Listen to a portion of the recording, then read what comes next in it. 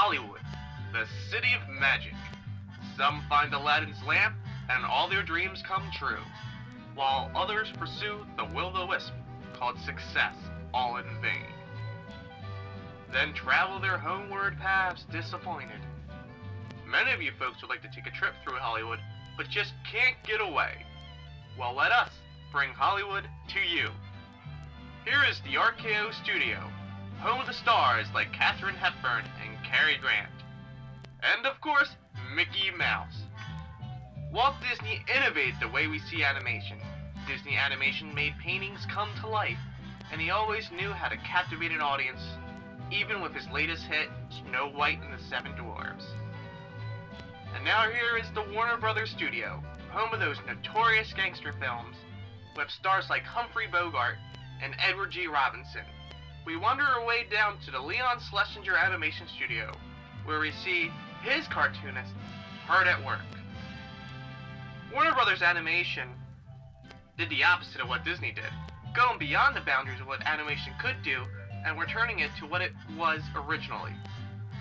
And you can all thank animation director Tex Avery for that. Who's Tex Avery? Why should we thank Avery? Well, why don't we find out?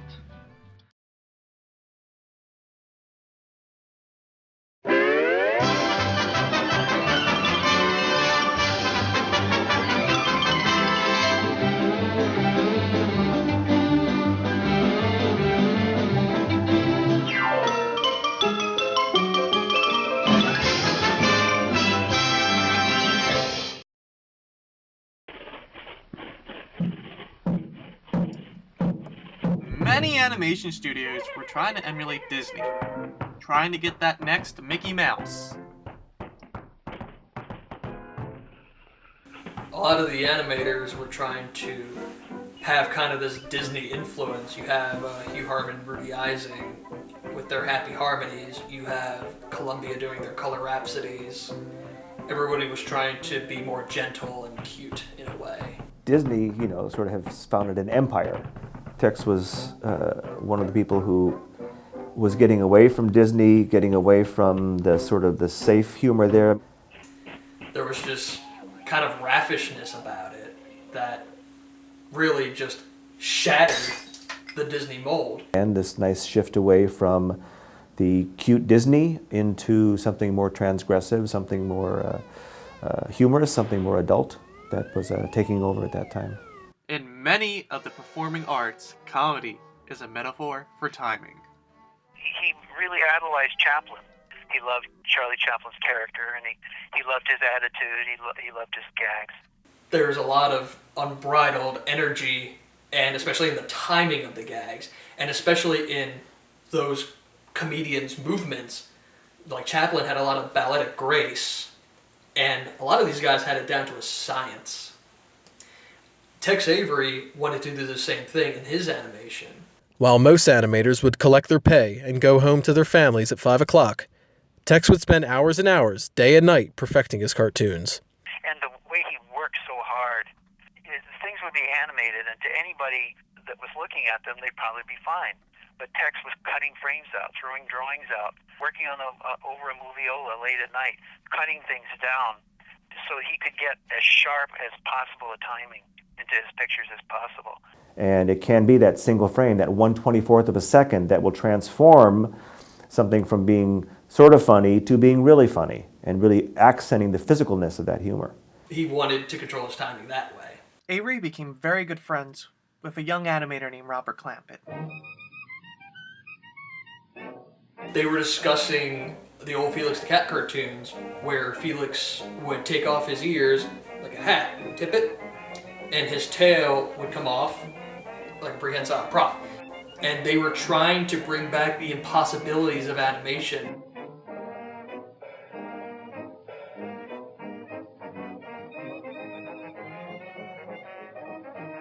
They thought that it kind of just waned when Disney felt that characters should breathe. A genius is not just born, rather they are inspired. For Tex, his biggest inspiration was Bill Nolan, one of the head animators at Walter Lantz. Bill Nolan invented rubber hose animation animation back then was kind of stilted and awkward, and figures were more rounded, and everything was more loosey-goosey under Bill Nolan.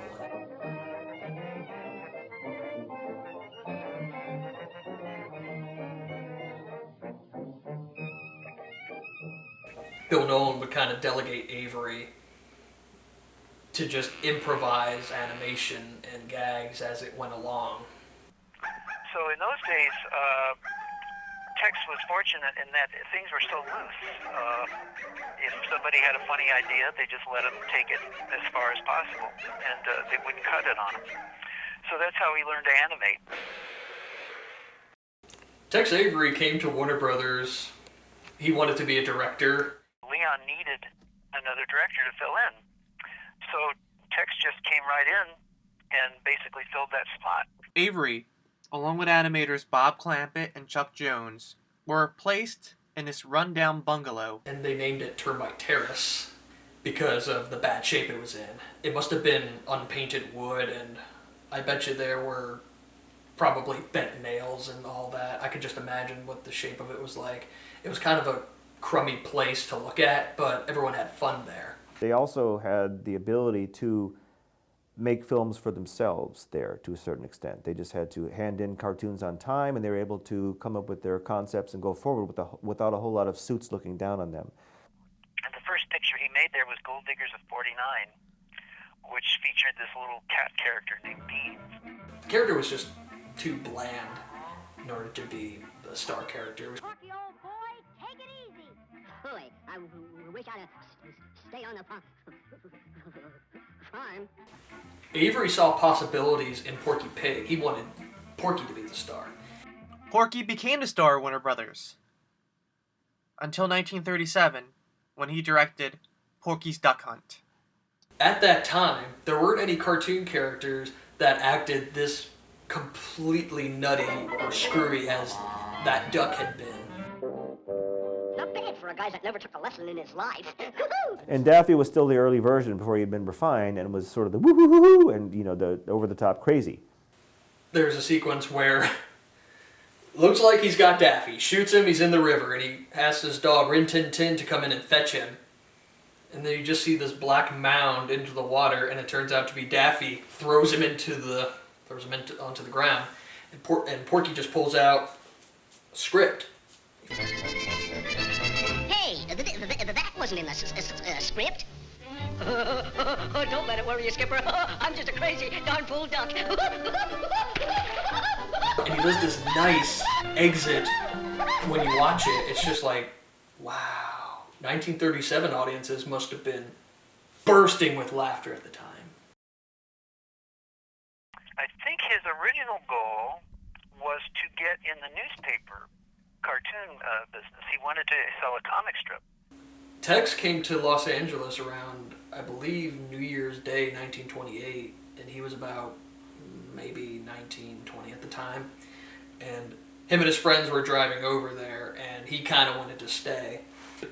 He tried to get a newspaper cartoon into syndication, but it didn't work. Instead, Avery would be working at the docks, loading fruits and vegetables. And at night, he would be at the beach. It was there where he caught the attention of a man working for the Mint studio. He gave Avery his first job, inking and painting cells for animation. Isn't that Avery just too cute? Was working for Walter Lantz. I think he was started as a cell washer for Walter Lantz, probably in 29 or 30. And then he became an in-betweener there, and he started animating. On many occasions, Avery and his fellow animators would act out their gags to see if they were funny, and many of them were. Tex loved practical jokes. Well, there's the famous one where he would, take a decaying animal hide like a skunk or a rabbit and put it under somebody's light table so that when the light was turned on, it would kind of cook a little bit and smell up the place. Tex enjoyed gags like that. However, sometimes the gags went too far, and an incident occurred and the laughter stopped, at least for a little while. And I seem to remember, like, they used to have spitball battles at Walterland's, and someone turned around and it wasn't a spitball, it was a paperclip. But then I read somewhere else it was a thumbtack. But I still think it was something that was pulled back in a rubber band, and Tex, and he turns around, and it just takes his eye out. Ironically, that gave him a new vision in his animation. Oh, come on. Who all you want? I'm really proud of that joke. Tex, of course, had a very low opinion of his animation. He never liked it. And that's why he wanted to become a director as soon as he could. And He was determined to learn everything there was in animation to perfect his craft, even if it took a toll on his body. He was so involved with his work at Warner Brothers that he held off going to the bathroom. He had to go to the hospital for it, and they had to install a catheter in him. Now, when you do that, that's not wise. He also felt insecure that when he wasn't being creative, he was letting the studio down, whether it be Warner Brothers or MGM. His hard work eventually paid off when, in 1940, he directed a cartoon called A Wild Hare. Wild Hare, of course, was his big breakthrough, solidifying the character of Bugs Bunny. It's one of the few times that Tex actually got into a character with a very definite personality. Because Bugs, as I'm sure you know before that, was kind of scattered.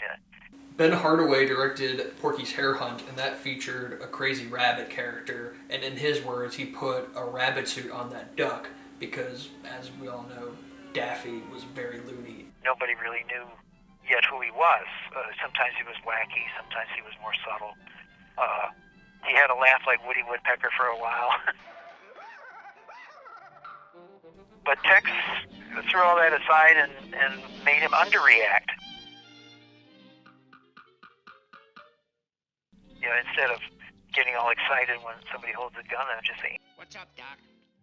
That set his whole character, just that first line where he says, "What's up, Doc?" And Tex was kind of proud of that. I remember him telling that story over and over again. He said, that set his whole character, and it took off from there. I think he was kind of proud that he kind of set that franchise, and it was something that they could build on. Bugs became this huge star. One of the breakout successes in animation is that he could sort of reach across the footlights. People thought of him as more than a drawing. He becomes this character. It seems like everybody knows him for some reason. Hey, get a load of this, folks. It's interesting that Tex never did that again, though he tried very hard to come up with other personalities that were as empathetic as Bugs. He never succeeded. He certainly wanted to, but nothing ever clicked for him. Now, Tex directed Bugs only 3 more times. He did The Heckling Hare. Him and Leon Schlesinger got into an argument about how the ending should be. He had the 2 characters jump off a cliff, and they kept on jumping, and they jumped 3 times, and the studio head was like, "Why are they continuing to jump?" And he was like, "Because it's funny." And they're making a joke about jumping off the 3rd time because he would talk to the audience. Yeah, fooled you, didn't we? And that was to kind of test the audience's patience. Leon Schlesinger didn't want that to happen. And they had to be cut. Him and Leah got into a big fight, which landed him an 8-week suspension. If the Hayes office would only let me, I'd give him to Boyd, all right. He realized he wasn't going to be able to have that freedom anymore, so he moved to MGM. But Bill and Joe, of course, loved him to pieces, and even though they were competitors at MGM, Joe Barbera loved to steal from Tex. He loved to steal gags from him. And Tom and Jerry were a little bit more like harmonizing cartoons before Tex came in, a little bit more gentle, and Tom looked more like a real cat, and they moved a little more slowly. But after Tex came in, all of a sudden there's a lot more exaggeration in the Tom and Jerry cartoons. Tom does big takes and blows apart and takes the shape of whatever hits him, like if an iron hits him in the head, his head looks like an iron, things like that. All of that came from Tex. All that was his influence graphically on the Tom and Jerry's. And Joe Barbera did very well with it, because Joe was a wonderful filmmaker too. And he took his sabbatical in May 1950, He just felt overworked. And a Disney animator and Lance director Dick Lundy took over and did some cartoons with a character that MGM did on and off called Barney Bear. And Tex left the studio for a year to take a sabbatical, completely overworked himself, and then he came back in October 1951. And his cartoons are not as strong as when he was at his prime. However, he did make some great cartoons during that period, like Billy Boy.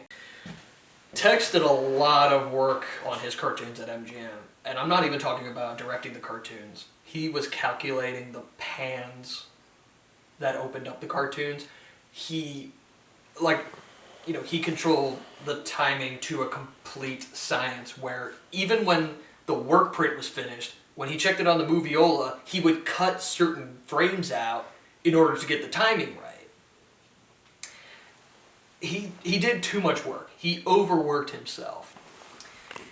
I believe it was a combination of feeling burned out, and not to bring the story down or anything, but he had a son who unfortunately passed away from, I believe, a heroin overdose or something like that, maybe barbiturates.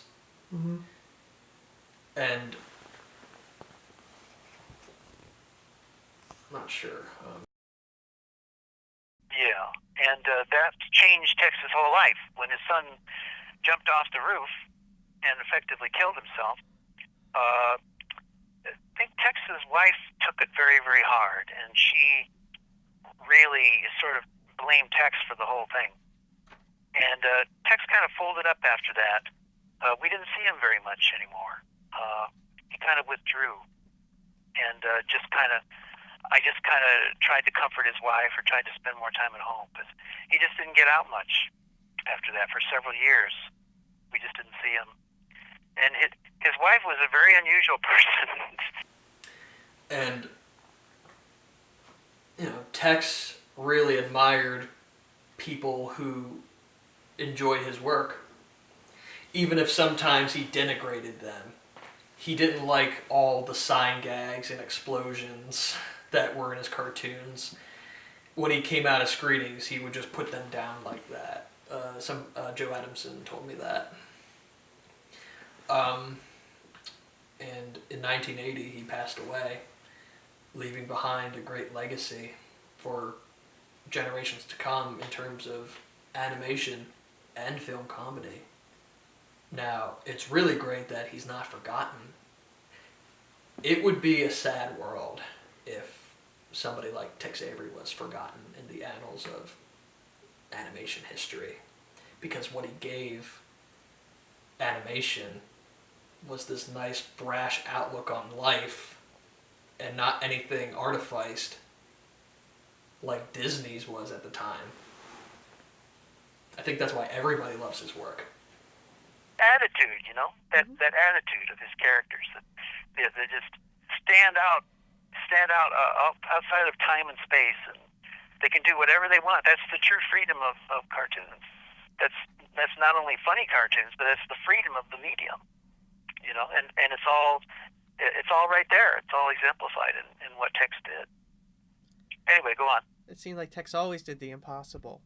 Do you know any... Well, he had to discover that he could do it. He often tells people, we had to discover what we could do bit by bit, because they were literally inventing the form of animated cartoons as they went along. Because, like I said, when he started animating for Lance and Schlesinger, he wanted to do fanciful things, but nobody had done it yet. Because you couldn't shoot an instant pencil test, and things were a little expensive. Sometimes you had to wait for things to be inked and painted before you could really see the timing. They had to learn slowly. It took years to develop a sensibility where you could actually have a character, peeling back a background to see what was going to go on later in the picture. Things like that just came about over a succession of years. It was a sort of a long training period, and that's the animators of Tex's generation were were unique in that they were there at the beginning, the invention of the form, and they just kind of went right along with it, and they contributed to it as they went along. Anyway,